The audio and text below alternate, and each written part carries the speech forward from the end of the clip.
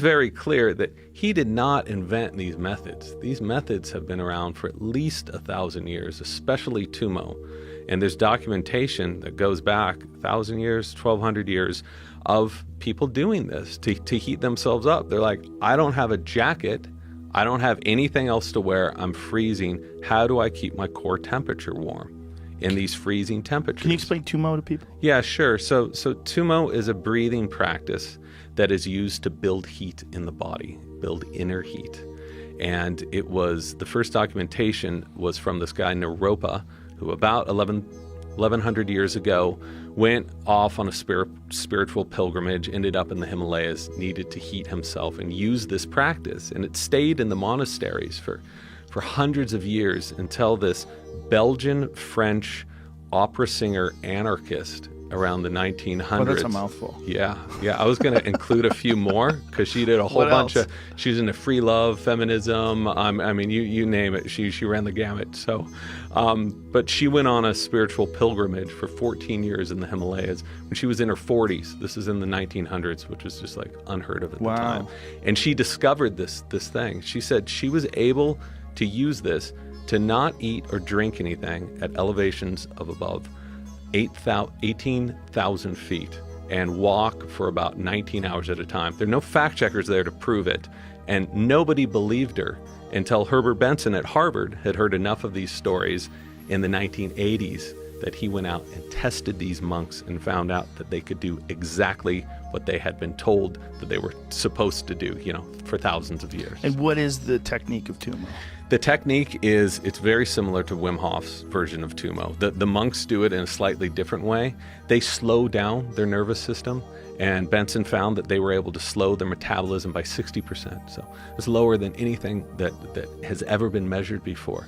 So they just do and focus on a fire within the body and breathe out. Sometimes they breathe a little more. You can see videotapes of this. For people who don't believe this stuff, you can see videotapes of this guy in a cold room, no shirt on, sweating. They put a wet sheet on him and he dries the sheet within about a half an hour because he's so hot.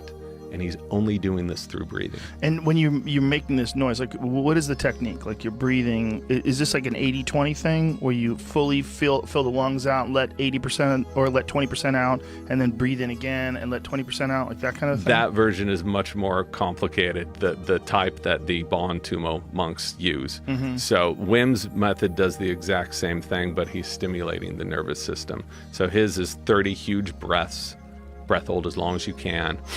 One big breath in, 15-second hold, and then out. And what are these monks doing? They're doing a slower version of it. So I have not practiced that version of Tummo. Why not?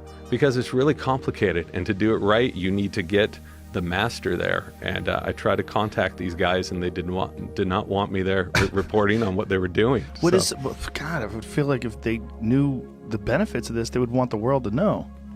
You would think so, but what would we do with it? Right? We find it, we commercialize it, and yeah. So maybe they don't want the world to know, maybe they want to keep a few things in their back pocket. So what do you know of what they're doing? Why is it so complicated?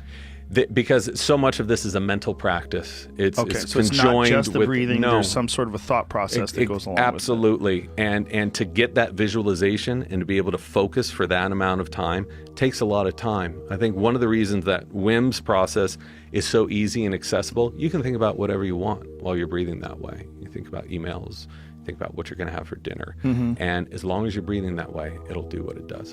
And their method requires you to think about very specific things? Think about a fire inside of your belly, moving your belly in and out.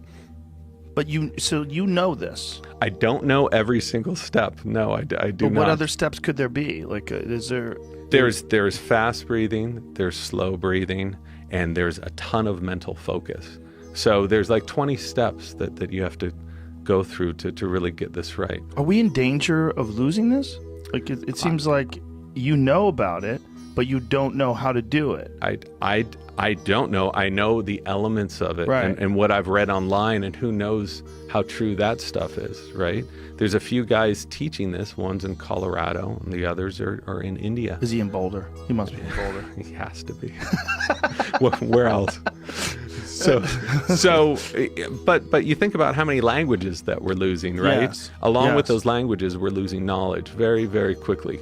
And this is happening every decade. And so, especially if you consider what's happened to Tibet, to these civilizations that have been there practicing this technology of breathing for thousands of years, a lot of it's just disappearing. Yeah, that's a shame. Have you thought about going there and like hanging out with those guys? And, I'd love to. Can't do that now. You know? right, of course. I spent some time, the book, I talk about Tumo in about half of one chapter, and I wanted to cover it. Wim's been written about all over the place. People know his method, but I wanted to look at the science from it and look at the history of it, because the how is one story, but to me it was more interesting to find what's happening to the body. Why does this happen? Where does it come from? Yeah. So that's what I focused on. So this gentleman that teaches in Colorado, where did he learn it from? He must have learned it from the great sages, in Dharamsala or Tibet.